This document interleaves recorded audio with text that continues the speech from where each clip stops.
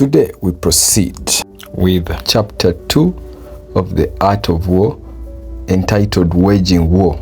However, before we begin, don't forget to subscribe, like this YouTube video. And so our analysis of chapter 2 of the Art of War is entitled Waging War, and it explores one of the most practical and urgent questions in Sun Tzu's philosophy.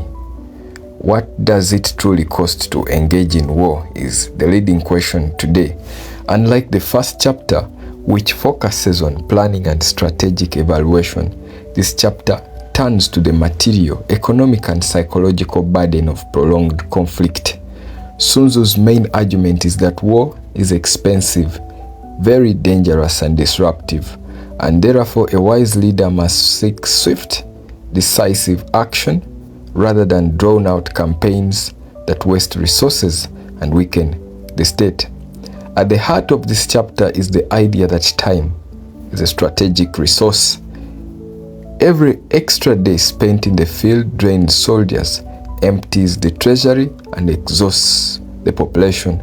Sun Tzu warns that even a powerful nation can be ruined by the cumulative strain of long warfare.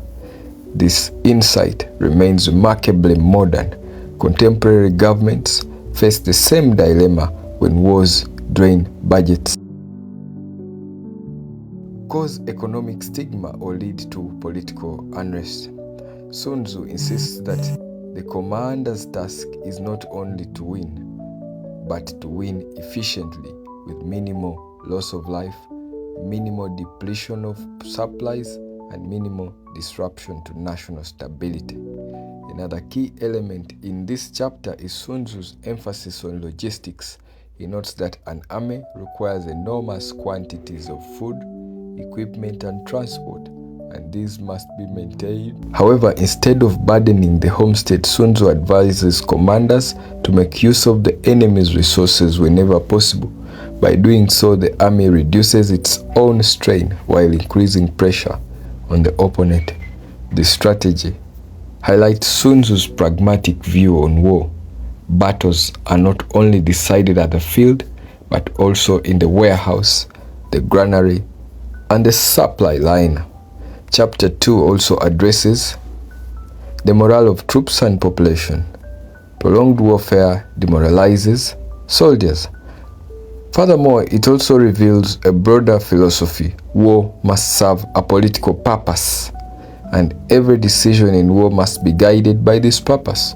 War is never an end itself. So by focusing on cost, timing, efficiency, he elevates strategy above brute forces and encourages leaders to think holistically about governance. Conclusively, chapter 2 of the Art of War provides a sobering reminder that war, though sometimes necessary, is inherently destructive. So Sun Tzu urges leaders to recognize the economic and human costs involved and to approach conflict with precision, speed, and deep sense of responsibility. His message is clear.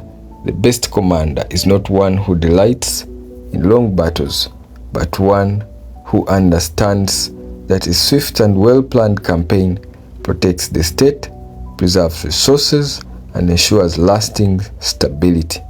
This chapter therefore stands as a timeless lesson in strategic prudence and ethical governance of military power.